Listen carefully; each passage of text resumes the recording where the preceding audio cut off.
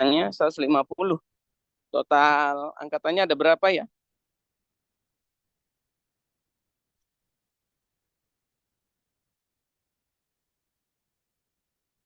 Suara saya kedengeran? Udah ada. Oh, ya, ada. Ya, tolong agak cepat direspon. Respon ya kalau ada dosen yang bertanya. Oke, ketua kelasnya atau PJ siapa? Biar dijadikan host. Izin dok, untuk PJ-nya saya dok, Mufina. Enggak, namanya enggak kelihatan di ini. Nama? Saya dok, Nisrina Zahra. Nisrina. Nisrina ya? Iya dok. Nisrina Zalpa. Ya, ya, ya, udah kelihatan. Saya jadikan host ya. Jadikan co-host, host.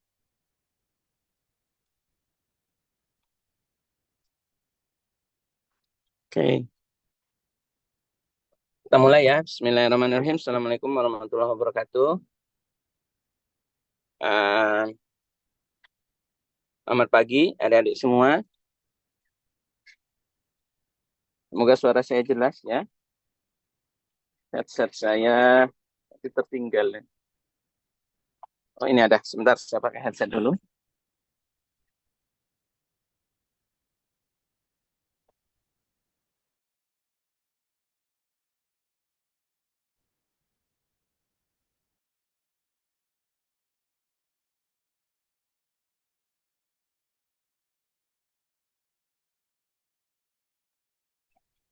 Tes 1, 2, 3. Suara saya jelas? Ya, Pak.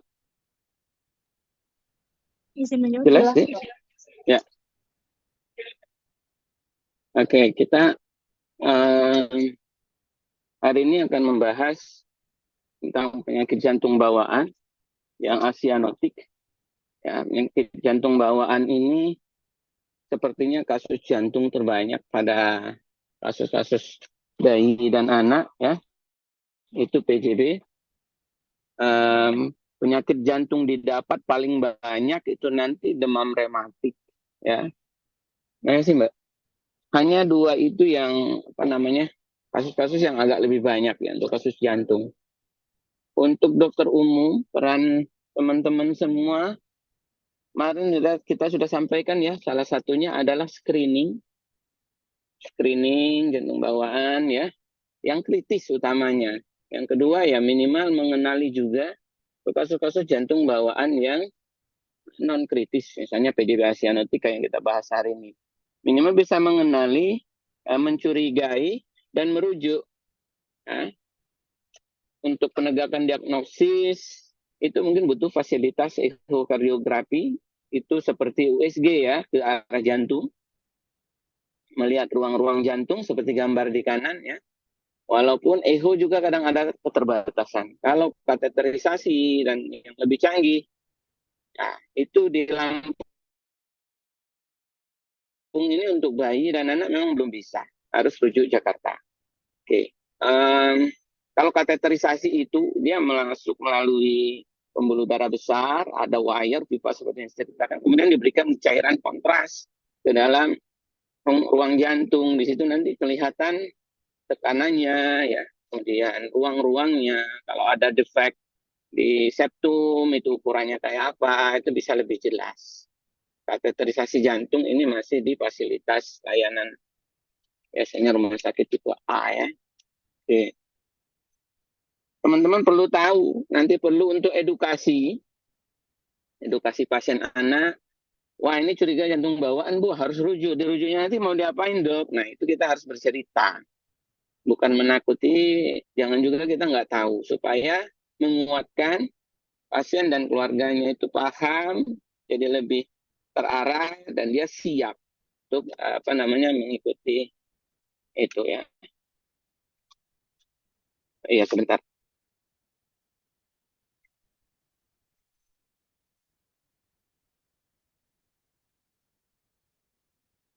Oke. Slide. Untuk jantung bawaan, sebagaimana yang sudah teman-teman pahami, diklasifikasikan 2. dua kelainan utama yang berbeda secara patofisiologi, patogenesis dan prognosisnya ya. Yang pertama adalah PJB yang dengan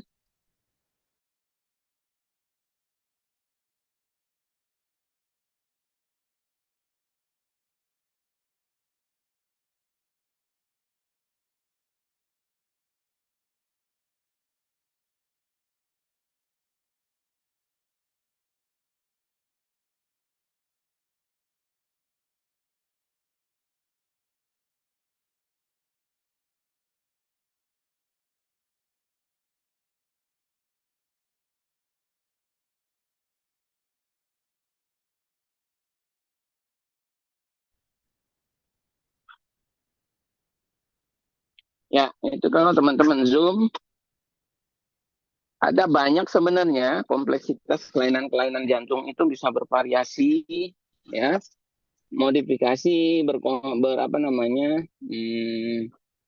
beberapa kelainan bergabung itu bisa saja ya. Tapi secara umum yang besar-besar yang paling sering terjadi saja yang mungkin dikenali sebagai dokter umum. Yang asianotik kita bagi lagi menjadi dua.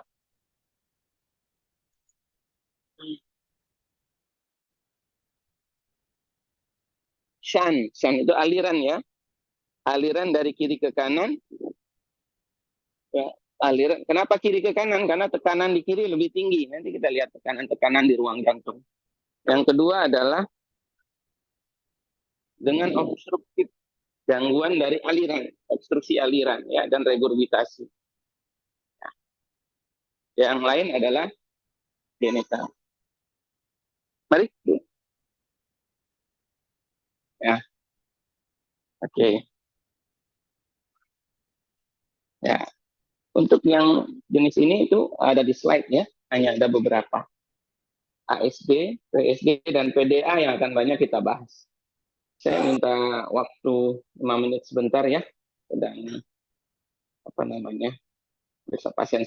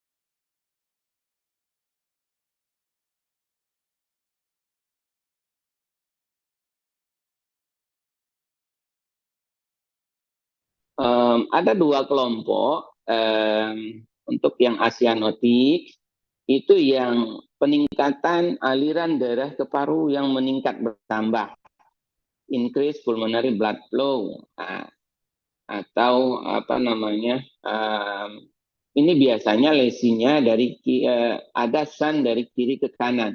Kenapa tadi? Karena adanya perbedaan tekanan, utamanya yang kiri biasanya lebih tinggi tekanannya, ya. Kemudian ada yang normal left atau right obstruction lesion. Nah, ini ya biasanya gangguan aliran. Tadi contohnya yang stenosis, coarctatio aorta, stenosisnya arter aorta, stenosis pulmo, ya. Oke. Untuk yang shunt itu VSD, ASD, AVSD, ya. Kemudian PDA. PDA kadang pada satu kondisi bisa apa namanya, bolak-balik ya, kiri kanan kanan kiri juga bisa. Itu ada kondisi-kondisi tertentu. Untuk ASD juga bisa pada kondisi berat lama, di mana sudah terjadi kompensasi dan peningkatan tekanan intrapulmo, selisih tekanan antar atrium itu tidak terlalu tinggi, itu juga bisa defeknya jadi kanan ke kiri. Kalau dia kanan ke kiri, itu berubah.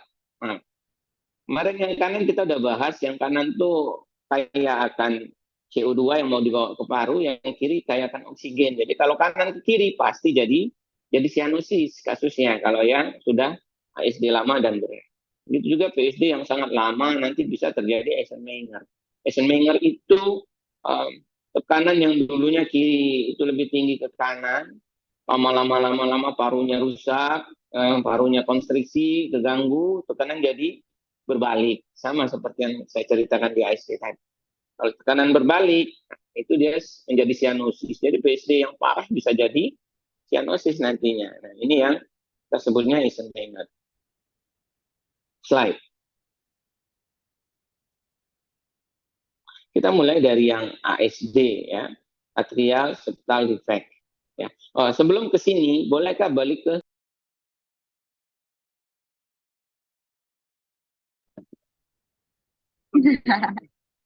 Ruben.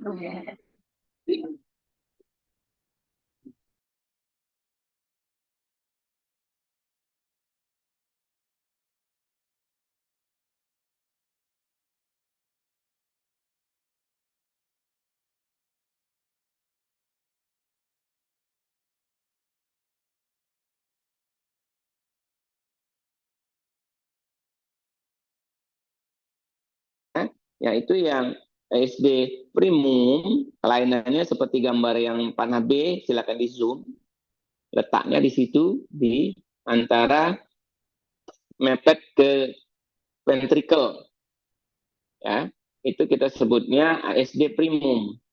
Yang kedua adalah ASD secundum. Ini yang dekat dengan foramen oval. Tapi bukan foramen oval. Kalau foramen oval yang nggak nutup lain, dia diagnosisnya persisten foramen oval, PFO namanya. Persisten foramen oval, bukan ASD. Nah, itu nanti bedanya ya memang lewat ada tes-tesnya dari SNECO yang lebih canggih, ya. Biasanya itu. Jadi paling mungkin DDD-ASD itu PFO, ya. Nah, yang primum tadi yang dekat ventricle, yang sekundum itu yang dekat foramen oval. ASD sekundum inilah yang paling banyak didapatkan mengenai. Kalau yang primum ada, tapi relatif lebih jarang. Yang primum yang jauh lebih tinggi. Ada lagi yang lain, sinus venosus ASD dan koronari, tapi ini sangat jarang.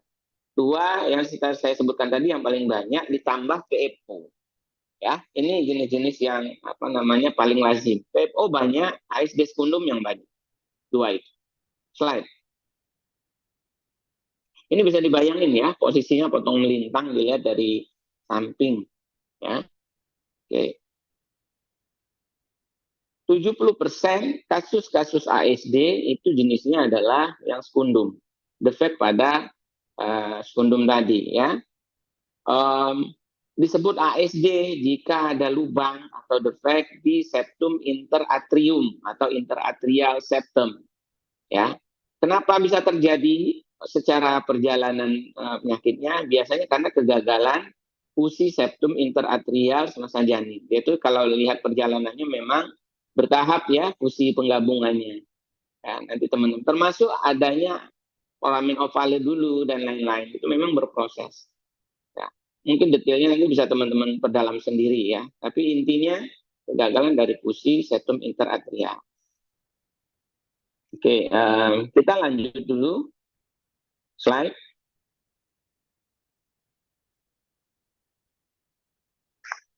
Kanan ruang-ruang jantung, atrium kanan dengan atrium kiri, ya cari selisih tekanannya. Nanti kalau ada yang dapat langsung di share boleh. Tekan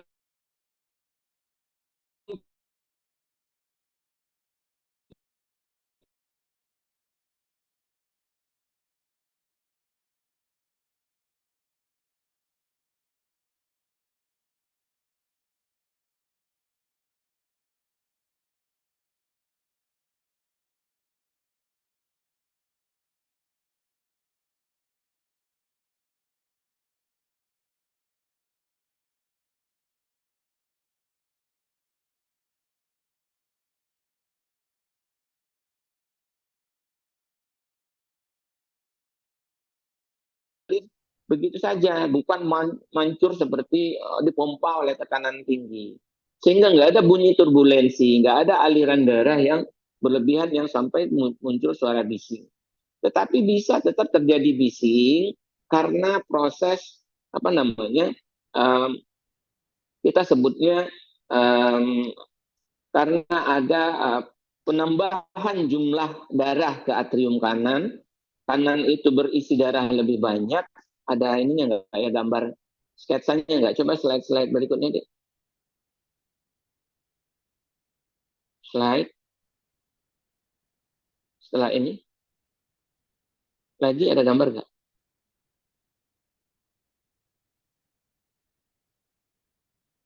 Lagi?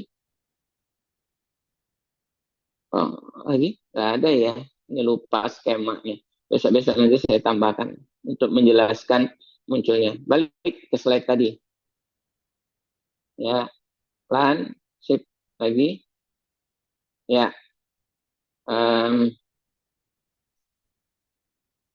ya. Murmur yang muncul ya itu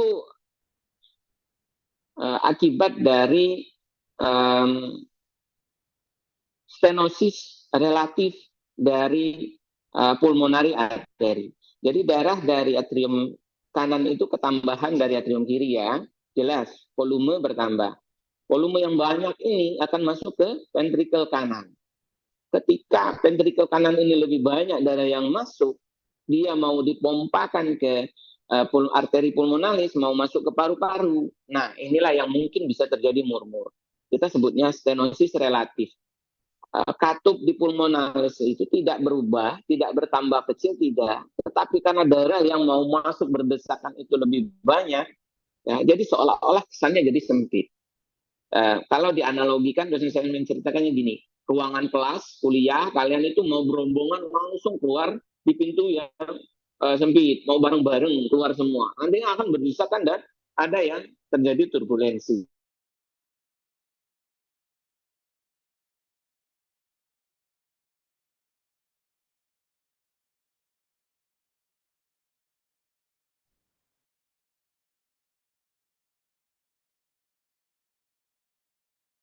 Oh iya, grade bising sudah pernah ya, Dek, ya? Ada 6 ya, 1 sampai 6. Nanti dibuka kayak apa ya. Yang 6 itu misalnya tanpa stetoskop bisa terdengar dengan telinga secara langsung ya dan lain-lain. Oke.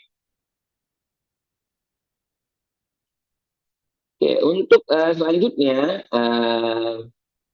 mungkin anaknya tampilannya karena dia ada tetap ya metabolisme pompaan jantung itu lebih berat ya dibandingkan normal karena ada bising, karena ada volume yang masuk ke paru berlebih, paru-parunya lama-lama konstriksi, lama-lama pasiennya mungkin nggak akan gemuk-gemuk sekali, biasanya dia agak-agak kurus, gizi-gizi kurang, tapi pas kalian dengar loh, kok ada bising ya pasiennya, wah ini jangan-jangan ASD. Jadi sangat sering ASD ini didapatkan pada usia-usia yang sudah agak besar. Ya. Mungkin usianya di atas 10 tahun, 14 tahun pun ada. Ya. Karena justru itu usia-usia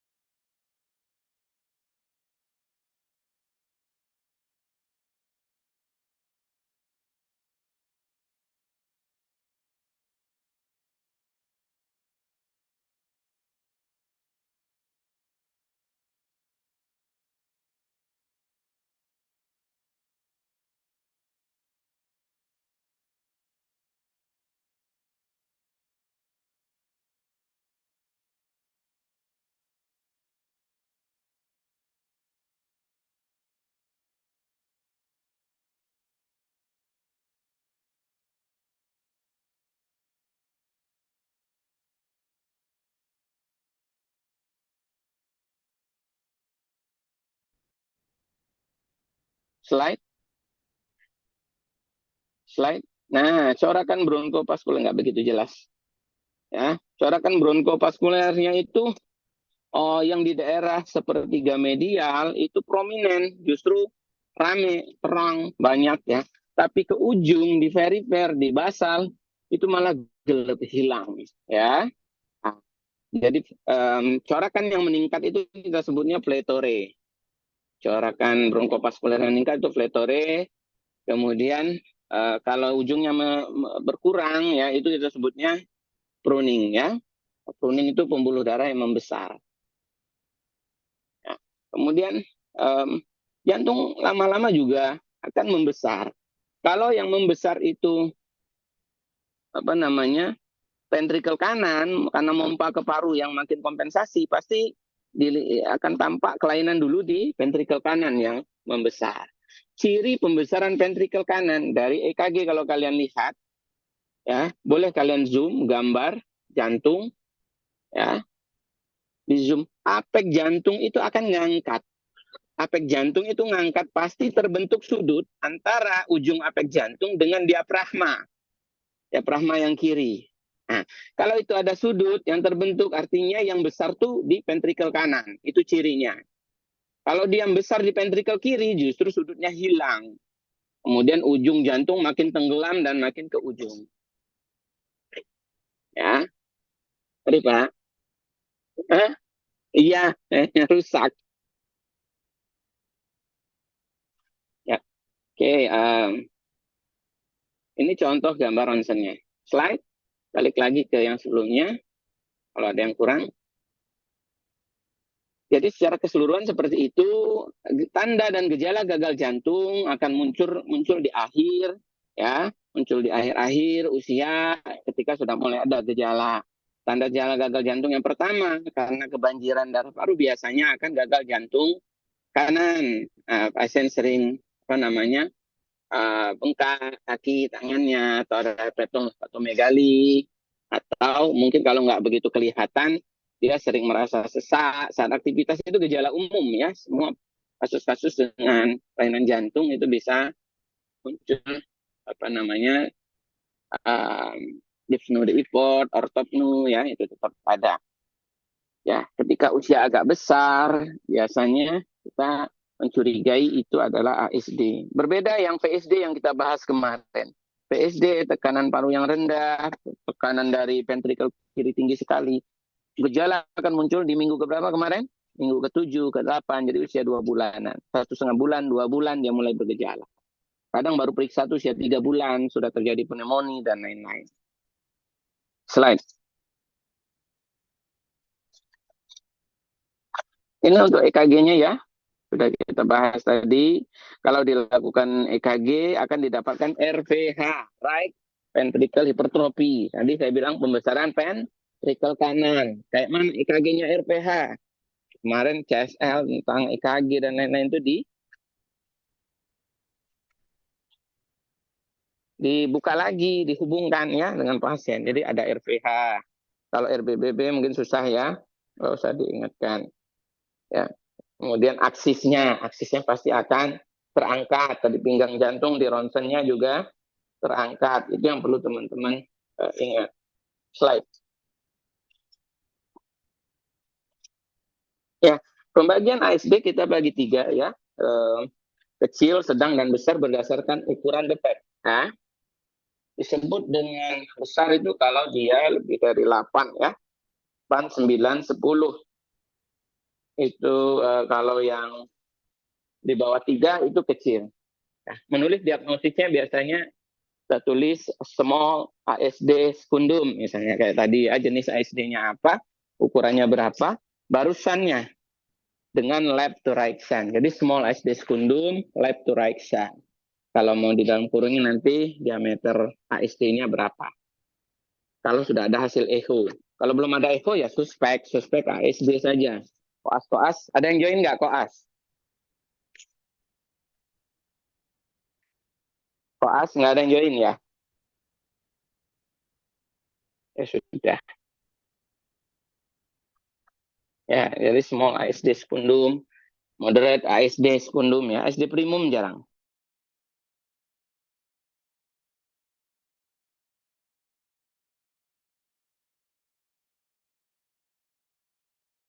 Maaf, ini sering ke-mute sendiri ya suara saya ya, maaf. Saya pikir masih on terus. Ini sudah tadi ya tentang pembagiannya. Jadi ada kecil, sedang, dan besar.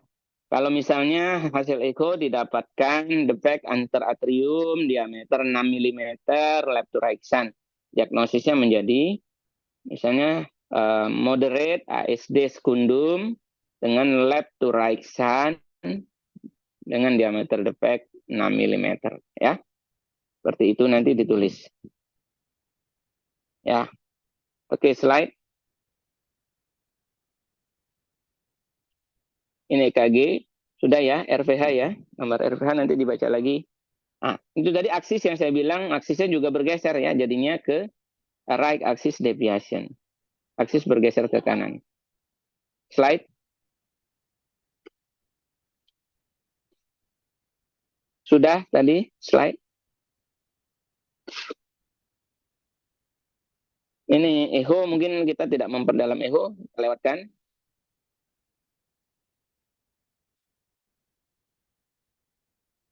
Slide.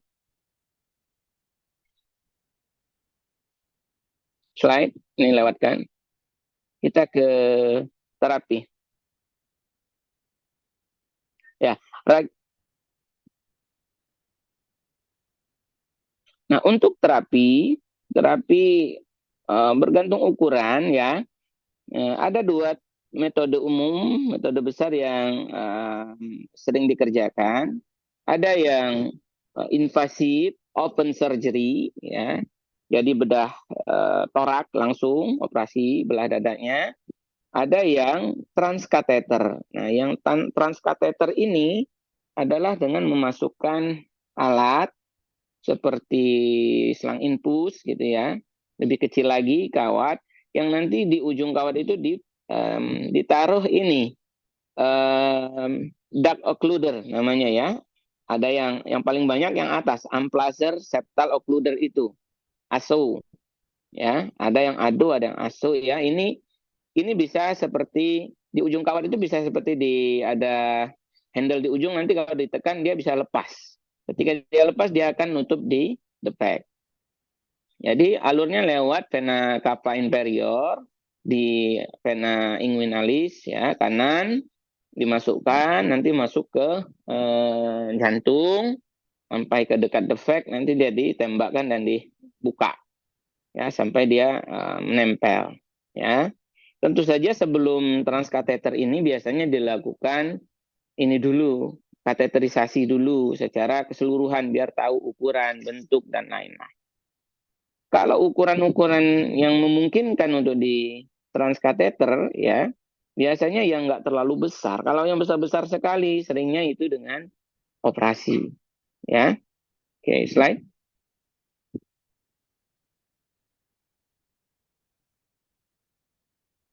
Slide. Ya. Oke, sebelum ke sini back lagi ya. Kemudian obat-obatan lain yang diberikan apa? Ada nggak obat minum? Kalau namanya defect ya ditutup defectnya itu obat yang paling utama. Entah itu transkateter, entah itu dengan by surgery.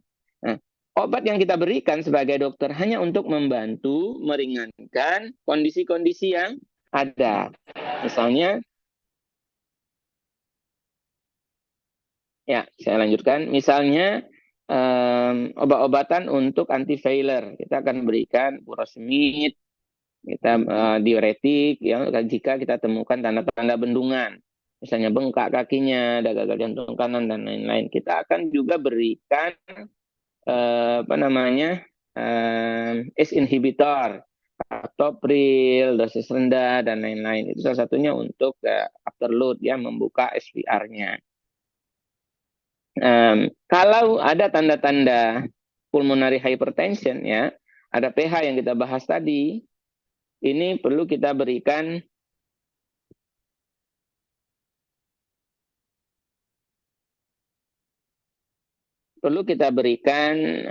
obat-obatan vasodilator.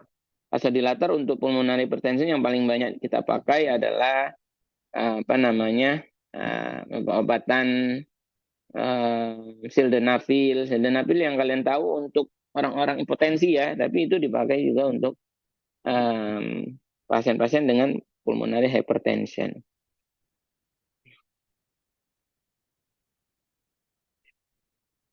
Slide, kita ke PSD.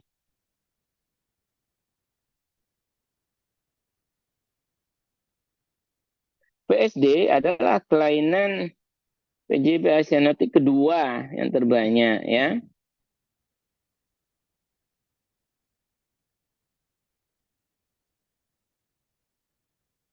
Sebentar ya, Dek. Saya balas bentar.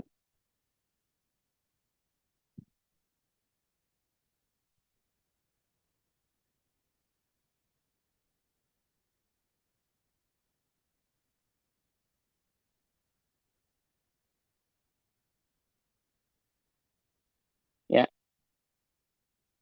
PSD sedikit lebih berat ya, sedikit lebih berat daripada ASD ya. Justru secara epidemiologi ini jenis PJB yang terbanyak. 20-30% prevalensinya atau 283 per 100.000 kelahiran ada bayi. Pasien PSD biasanya akan tampak asimptomatik utamanya awal-awal kehidupan saja. Ya. PSD yang kecil itu tentu saja defeknya lebih ringan. Karena aliran darah juga nggak sebanyak yang besar. Tetapi suara bisingnya bisa kencang. Karena apa? Selisih tekanan ventrikel kiri dan ventrikel kanan itu jauh. Ventrikel kiri saat sistolik itu hampir menyamai tekanan sistol. Mungkin 121, mungkin 122 mm Hg.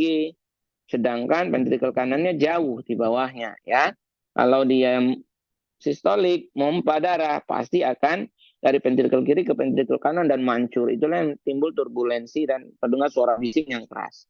Kalau bisingnya keras, anaknya ringan, gejalanya kita yakin itu PSD yang kecil. Ya, kalau kalian bisa mengenali. Nah, tapi hati-hati kebalikannya. Kalau PSD-nya lebih besar, ukurannya besar, hampir 1 cm, lebih pasti gejala gagal jantung akan berat. Pasiennya kok nggak begitu jelas murmur, tapi kok letoy, lemah, bengkak semua badannya, tanda gagal jantung, sesak ya, itu harus kita curiga PSD. Ya. Oke. Slide. PSD seringnya berbarengan dengan kelainan-kelainan di daerah sambungan karena dia biasanya di sambungan di dekat dengan apa namanya pembuluh darah besar itu jadi banyak imbasnya. Ya, untuk lokasi-lokasinya ada banyak tempat. Nanti kita lihat di gambar, semoga ada ya. Berdasarkan lokasi ada yang perimembran, ada yang tipe muskuler, ada yang DCSA. Nah, itu kita lihat. Yang muskuler ada inlet, outlet, trabekuler. Kita lihat secara pergambar. Udah enggak ya? Saya masukkan enggak gambar lokasinya. Slide. Nah, ini lokasi-lokasinya ya. Bisa kalian zoom kalau mau dilihat. Perimembranous ya, itu daerah sana yang banyak juga. Muskuler juga banyak ya, tipe muskuler. Ada yang inlet. Oke. Perimembran yang terbanyak baru muskuler nomor 2. Slide. Inlet kadang juga kita dapatkan ya. Ya, slide. Ini sekedar ilustrasi di echonya ya. Slide. Mungkin kita akan nggak bisa mengenali kalau nggak ada echo, tapi mengenali PSD-nya saja secara umum. Kalau lokasi dan lain-lain itu sudah ranah penegakan diagnosis. Slide. Bisa asimptomatik untuk yang kecil. PSD sedang akan mengalami gejala gagal jantung, sesak napas, gangguan pertumbuhan dan perkembangan, kemudian infeksi saluran napas berulang, cepat lelah aktivitas. Catat semua gejala ini. Catat, nah, biar kalian ingat. Mengingatnya dinalarkan. Kalau pasien ada VSD, darah pasti ngalir ke sebelah kanan, dari kiri ke kanan. Kalau ngalir ke kanan pasti dia akan masuk ke paru-paru kayak tadi, dia akan sesak. Kalau paru-paru nanti kebanjiran juga nanti akan mudah infeksi, dia akan jadi pneumonia. Pneumonia ya nggak sekali karena selalu ada cairan paru-paru, dia akan berulang. Jadi kalau dia pneumonia, kalau dia sesak, pompaan jantung juga berat karena bocor. Ibaratkan pompa mesin air, pompa ke selang, selangnya banyak yang bocor, pasti mesinnya panas, ya nyala terus.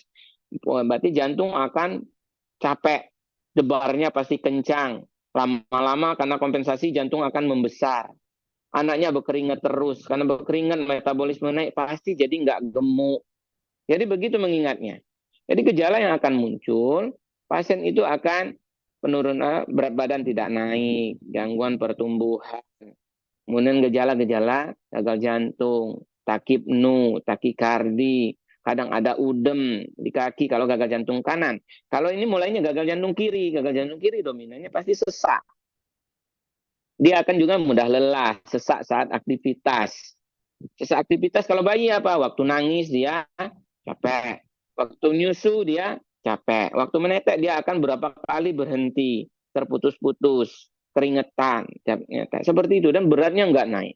Padahal kata ibunya nyusunya kenceng, anaknya mau terus. Ini gejala-gejala gagal jantung. Dan kita lihat usia seperti yang kita bahas kemarin. Gejala hipertensi pulmonal ya nanti nggak bisa lah. Susah kalian mengenali hipertensi pulmonal. Gejala gagal jantung aja. Dyspnea the effort, pada bayi, netek sering terputus, kemudian mudah lelah, ya kurang aktif, gagal tumbuh, berat badannya nggak naik, dan sering sesak. Pneumonia berulang. Itulah yang harus kalian ingat penanda gagal jantung. Penanda sakit jantung pada anak. Slide.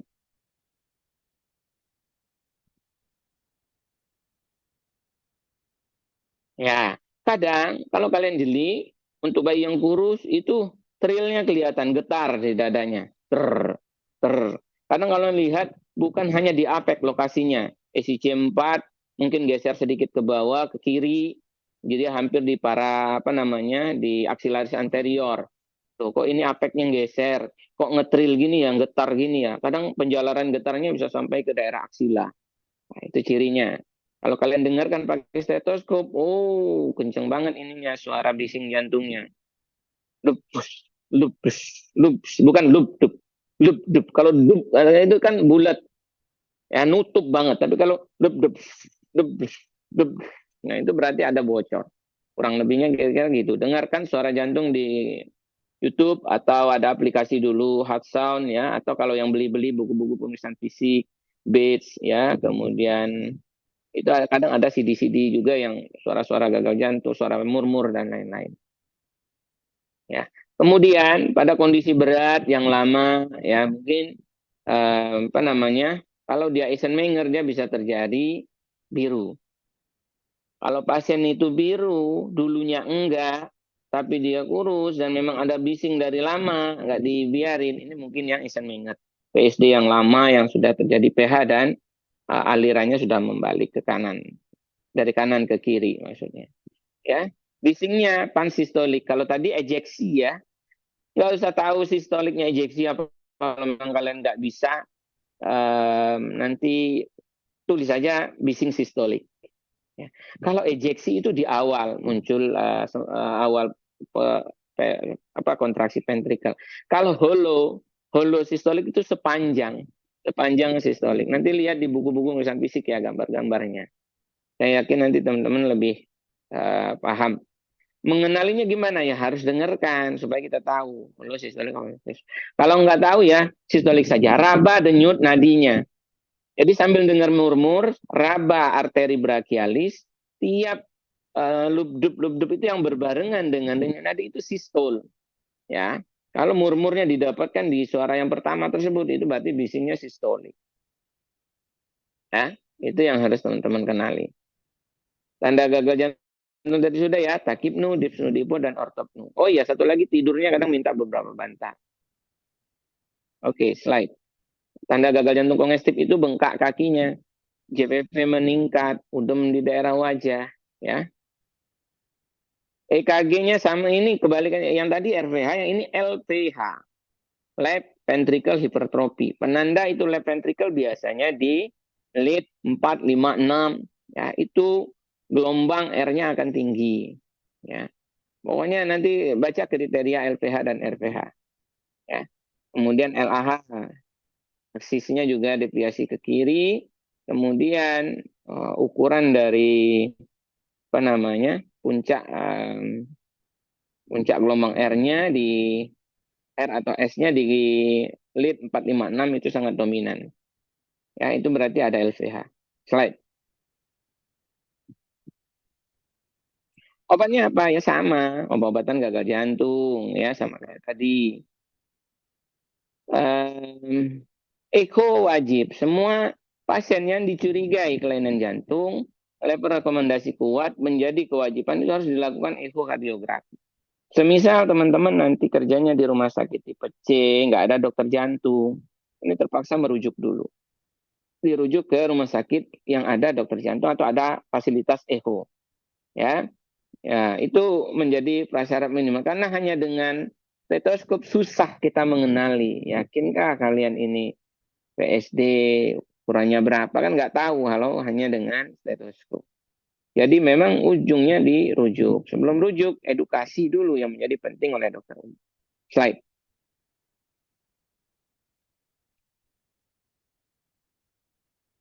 Sudah ya, ini tadi EKG-nya. Ya. Slide.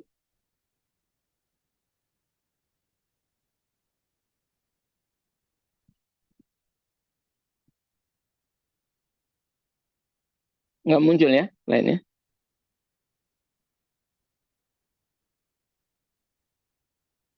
Halo, slide-nya kok di saya nggak kelihatan?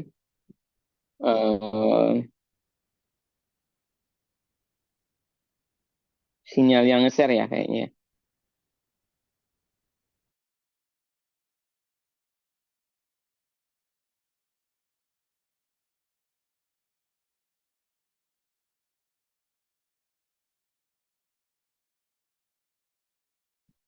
Halo, Dek. Suara saya kedengeran? Nggak kelihatan ya slide-nya di saya? Dengar dok, ini dok, yang tadi saya ada gangguan. Oh ya.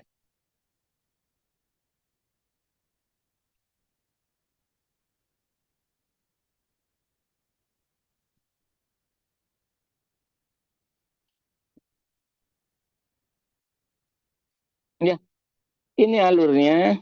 Untuk PSD yang besar, rata-rata PSD ini akan susah transkateter ya, karena tekanannya tinggi. Ya, beberapa PSD yang kecil banget mungkin yang bisa dikerjakan. Tetapi rata-rata dia membutuhkan operasi pembedahan. Dan ini persiapannya. Standar persiapan untuk operasi-operasi pada umumnya ya. Standar untuk pembiusan. Tambahannya adalah marker-marker untuk kekentalan darah. Yaitu harus wajib dikerjakan. Karena kalau jantung ini darah banyak gumpal, nanti bisa jendal ya. Karena pompaan jantung itu bisa mengganggu. Ronsen, echo, dan lain-lain. Slide. Slide.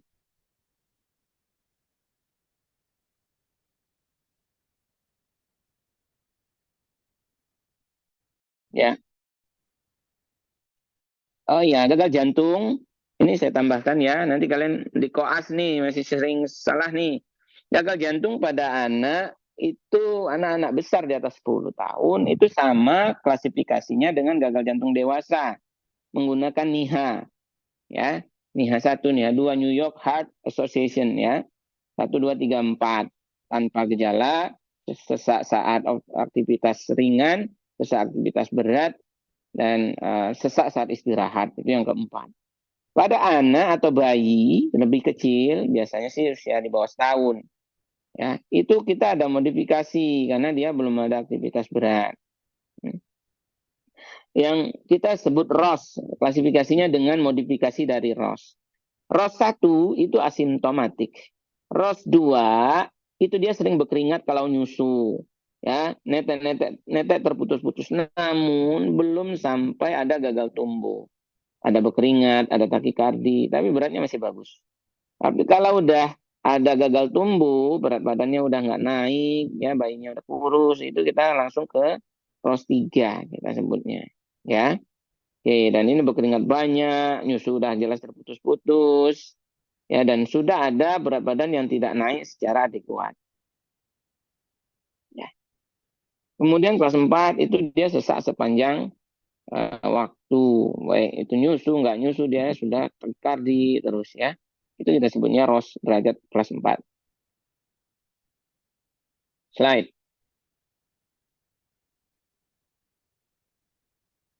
Slide.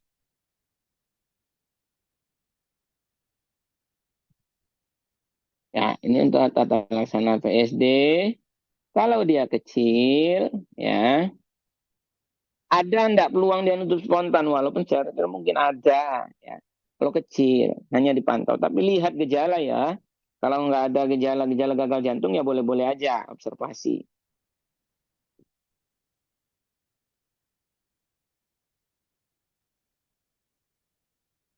Grupnya nih.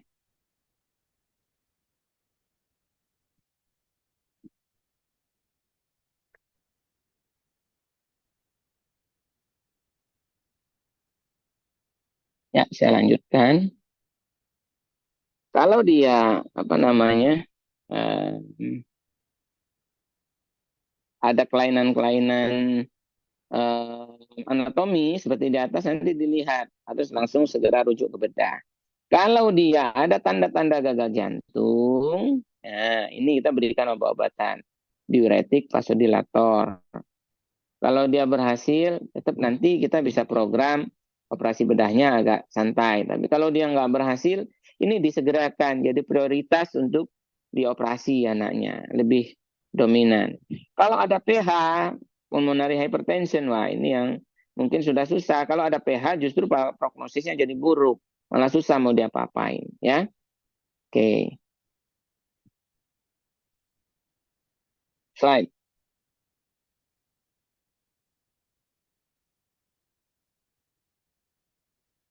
Ini kapan waktu yang tepat untuk penutupan? Bisa dibaca ya. Ada banyak catatan-catatan, tapi biasanya kalau dia mendesak, ada tanda gagal jantung, udah pneumonia berulang, segera. Usianya 3 bulan, 4 bulan, 5 bulan, segera kita rujuk. Kalau dia tanpa gagal jantung, PSD-nya kecil, masih ada peluang. Walaupun kita rujuk ke Jakarta, nanti dia dipulangin lagi, masih pantau-pantau dulu. Kontrolan 6 bulan lagi, biasanya digituin. Ya. Jadi idealnya sih PSD besar dengan pH itu 3 sampai 6 bulan udah disegerakan. PSD sedang ya itu mungkin bisa sampai usia tahun. Ya rata-rata anak-anak atau bayi-bayi yang kita rujuk itu segera nggak segeranya banyak faktor, termasuk antrinya banyak enggak, dia ada sindrom Down apa enggak. Kalau ada sindrom Down lebih jelek prognosisnya, target untuk prioritasnya juga turun ya, dan lain-lain dan lain-lain. Slide. Oh iya, salah satu kelainan sindromik yang berhubungan dan banyak sekali kelainan jantung bawaannya adalah sindrom Down. Pasien dengan DS itu sering mengalami PJB, sering juga yang kedua adalah hipotiroid. Hingga PSD screening echo menjadi wajib untuk pasien dengan Down syndrome. Itu perlu kalian ingat ya. Oke, ini untuk jenis-jenis PSD tadi slide. Ini mungkin nanti tambahan aja. Ya, indikasi transkateter ini yang sering banyak ditanyakan. Kapan bisa kita rujuk untuk segera di transkateter? Usianya, saya kalau waktunya kelewat diingetin ya. Berat badan biasanya kurang dari 5. Kalau udah besar, operasi malah lebih bisa. Tapi kalau kecil bayi banget, susah mau operasinya ya. Kemudian sudah ada gangguan hemodinamik, ada LPH dan lain-lain. Ada kelainan jantung, apa namanya, membutuhkan bypass, misalnya kasus-kasus yang agak berat. Oke, slide.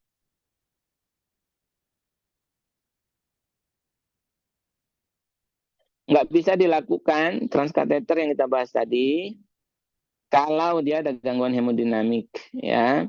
Kalau tensinya turun naik ya itu kadang nggak bisa ya, udomnya sudah banyak. Tapi kalau masih bagus kondisinya, beratnya cukup, defeknya memungkinkan pakai transkateter, mungkin dia bisa dikerja. Kenapa transkateter ini menjadi ideal? Karena dia satu cepat, yang kedua defeknya minimal, prognosis lebih baik, nggak ada belah dada, nggak ada bypass dulu, dan apa namanya, nggak ada nanti perawatan luka yang parah lama, jadi lebih bagus.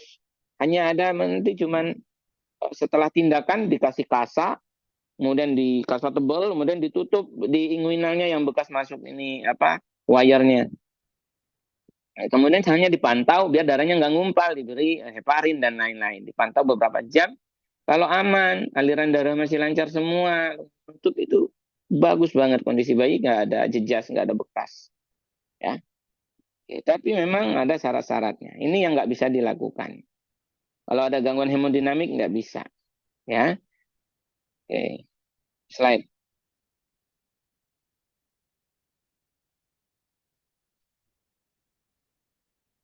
Nah, ini indikasi bedah pada PSD. Transkateter nggak memenuhi, sun dari kiri ke kanan. Oke, slide. Terlalu mendalam sepertinya. Slide, kita ke PDA. Oh ya, pasien dengan Eisenmenger itu kadang sudah nggak bisa diapa-apain lagi ya. Udah lebih berat gejalanya, itu udah paliatif kalau sudah Eisenmenger seringnya ya. Oke, slide. Saya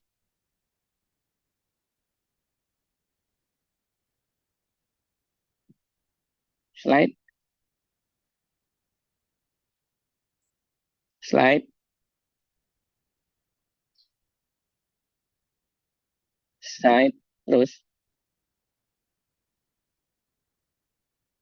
slide. PDA, yuk. Ya, ini kemarin yang banyak kita bahas dan ada yang bertanya ya. PDA ini ketika tidak terjadi penutupan ductus arteriosus setelah waktu lebih dari 72 jam. Artinya terdapat hubungan antara apa namanya aorta dengan arteri pulmonal ya, pulmonale arteri. Oke,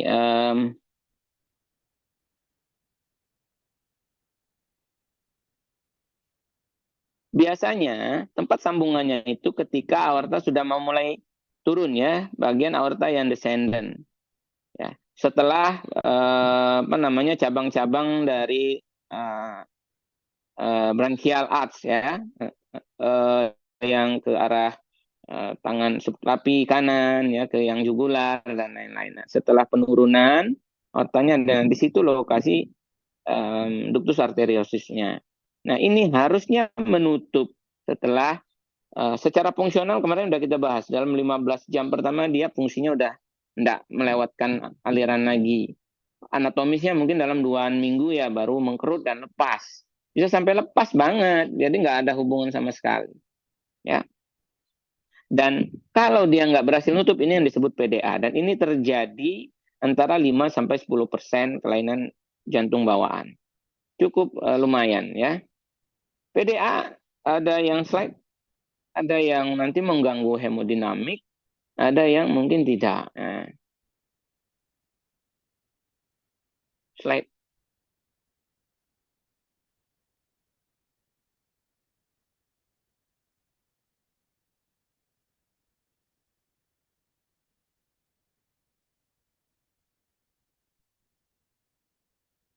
Ya. Oke. Ada pembagiannya ada 3, kecil, moderate, dan besar. Ya. Ini berdasarkan rasio, tetapi kadang di klinis jarang kita pakai sekali. Slide.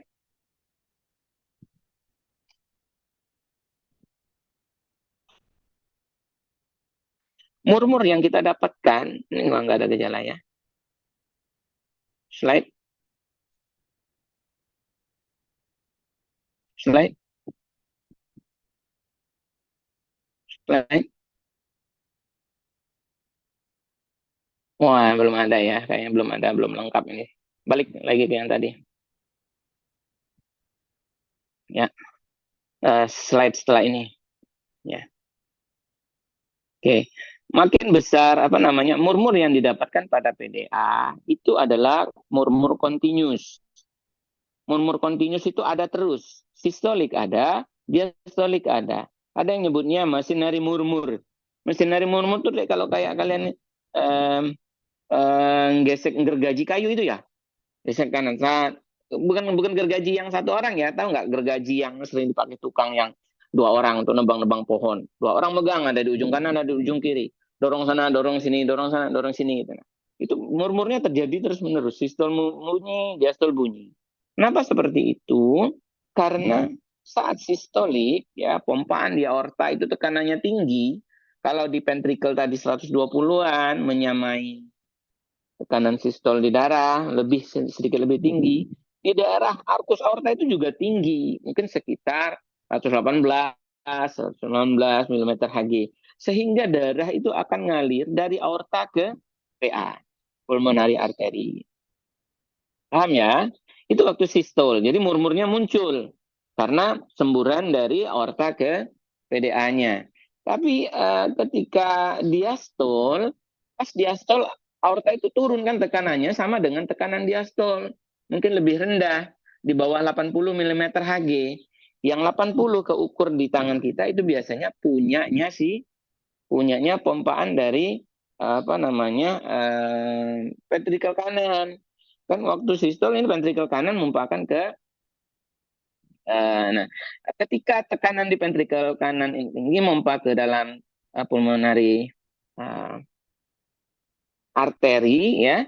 Nah, ini yang nanti tekanannya jadi tinggi justru balik karena di aorta tekanannya lagi rendah. Jadi murmur terjadi lagi di PDA. Murmurnya saat diastol juga muncul. Ini kita sebutnya machinery murmur atau kayak continuous murmur. Dan lokasinya ya tentu saja di daerah PDA. Daerah PDA ya di aorta itu harusnya di sekitar SIC2, SIC3 kiri ya, mid clavicula atau sedikit um, ke parasternal. Biasanya mid clavicula kiri, SIC2 atau SIC3. Ya. Kalau makin besar PDA, ya, murmur selalu terjadi seperti ini, teman-teman bisa membayangkan saat sistolik darah bocor. Jadi yang ngalir ke seluruh badan banyak apa enggak? Ya berkurang. Pas diastol, darah dari aorta juga bocor. Darah yang harusnya disaring ke paru-paru mau dibersihkan juga masuk ke sana. Bisa nggak terjadi sianosis? Bisa. Kan darah dari arteri pulmonal itu kan kayak kan CO2 mau disaring ke paru-paru nih. Ini malah bocor masuk ke aorta. Berarti nanti di aorta akan ada saturasi yang turun sedikit, desaturasi di daerah-daerah aorta descendant. Ya, nah, kita kemarin udah bahas preduktal atau postduktal ya. Postduktal jelas. Preduktalnya mungkin tidak terganggu banget. Nah, kalau diastol itu darahnya akan bercampur, nah itu masuk ke seluruh badan. Selain ada sedikit sianosis itu yang sering terjadi di bayi yang PDA-nya menetap ini adalah apa? Gagal jantung, karena kan tadi pompaan dari aortanya nggak banyak ke perifer, diastol juga begitu. Jadi bayinya akan lemah. Lainnya kan letoy, lemah, saturasi sedikit turun. Usianya ini kok awalnya bagus ya pas lahir. Nangisnya kenceng, bagus. Ini sekarang mau 3 hari kok tambah letoy bayinya. Ukur saturasi kok malah turun. Nadinya kok kadang keraba, kadang enggak, kadang anyep kakinya. Itu jangan-jangan PDA. PDA yang sampai mengganggu hemodinamik seperti ini kita sebutnya highly significant PDA atau HSPDA. PDA yang mengganggu hemodinamik disebut dengan HSPDA. Kalau yang kasus kayak gini, ini segera. Makanya kemarin di screening kita, pasien-pasien yang kita curigai ada kelainan PDA seperti ini biasanya, apalagi hemodinamik keganggu, yang nggak bisa tumbuh, lama-lama shock, lama-lama dia ini ngedrop ya, bisa meninggal. Sehingga akan dilakukan segera untuk dirujuk untuk dilakukan tindakan. Tindakannya mungkin diikat, delegasi atau mungkin operasi. Ya. Untuk hasil pemeriksaan ronsen torak, ya, pembesaran atrium, itu tolong yang bocor dong, yang bocor dong. Ya. Pulmonary hypertension bisa terjadi, jelas ya. Left atrium dan left ventricle enlargement, ya, ventricle kanan kiri, ventricle kiri dan atrium kiri juga terjadi pembesaran. Dari echo didapatkan aliran shunt di daerah PDA. Slide. Habis ya. Obatnya, ya obat-obatan gagal jantung lagi, nggak banyak obat untuk di jantung itu dan hampir sama semua. Kita akan memberikan obat-obatan yang membantu pompaan. Kadang kalau diperlukan, kita berikan obat-obat yang vasodilator perifer, menurunkan SVR. Jadi itu tadi diuretik, kemudian captopril, hanya itu saja, hampir sama obatnya. Ya, yang utamanya adalah apa? Menutup PDA-nya. Itu yang harus segera dilakukan dan dirujuk. Itu mungkin yang bisa kita bahas. Silakan jika ada pertanyaan. Kalau yang lain-lainnya tadi tambahan boleh baca sendiri slide-nya. Ya, silakan. Izin bertanya yang mengenai ini dok, VSD yang kontraindikasi dok. Kan kalau misalnya ada gangguan hemodinamik, dia kontraindikasi untuk diterapi ya dok. Nah berarti apa yang harus dilakukan dok kalau misalnya ada kontraindikasi hemodinamik pada VSD-nya? Oke. Kalau ada gangguan hemodinamik, ada kegawatan, kita akan stabilkan dulu hemodinamiknya. Yang kasus yang tadi disebut di kontraindikasi itu kontraindikasi untuk langsung operasi. Bisa bayangin ya, pasien mau operasi tapi tensinya aja ngedrop, pasti kita nanti dulu, naikkan dulu tensinya. Kurangi dulu pompaannya, buka dulu SVR-nya, beri obat-obatan inotropik, jantungnya dibantu kuatin dikit, walaupun masih bocor. Bocor masih ada, ya tetap ada. Cuman kalau dia aja megap-megap gimana mau ngoperasi, kira-kira seperti itu. Beri oksigen dulu, stabilin dulu. Sehingga ya kita jangan nunggu keburu hemodinamiknya rusak ya. Ketika udah gagal tumbuh, udah mulai sering gagal jantung, itu tanda-tanda dia udah segera butuh rujuk. Butuh segera dikoreksi. Ya. Kalau dibiarkan nanti lama-lama keganggu hemodinamik dan dia bisa jatuh pada kondisi yang bisa nggak tertolong. Ada lagi, Dek, yang bertanya? Terima kasih dok. Ya, makasih.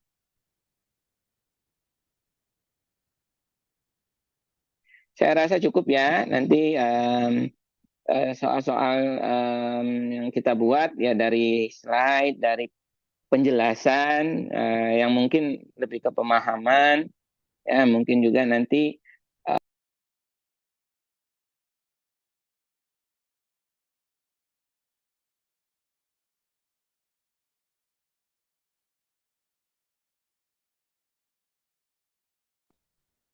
Maaf, suara saya ke-mute lagi. Saya pikir sudah terdengar. Saya tadi menyatakan bahwa sepertinya kita bisa akhiri untuk kuliah pagi hari ini. Soal-soal nanti akan saya ambilkan dari slide, dari penjelasan kuliah, dan mungkin beberapa dari pemahaman teman-teman setelah diberikan materi. Topik-topik PJB Asianotik yang belum kebahas, yang mungkin juga nggak banyak kasusnya, utama yang obstruktif tadi, entah itu aorta stenosis, pulmonary stenosis, mungkin bisa baca sendiri. Di slide ini kalau nggak salah masih banyak ke belakang, ada tentang kelainan-kelainan itu. Ya, siapa tahu nanti ada satu atau dua sedikit yang keambil. Tapi untuk yang paling banyak, paling besar adalah dari ASD, PSD, dan PDA ini.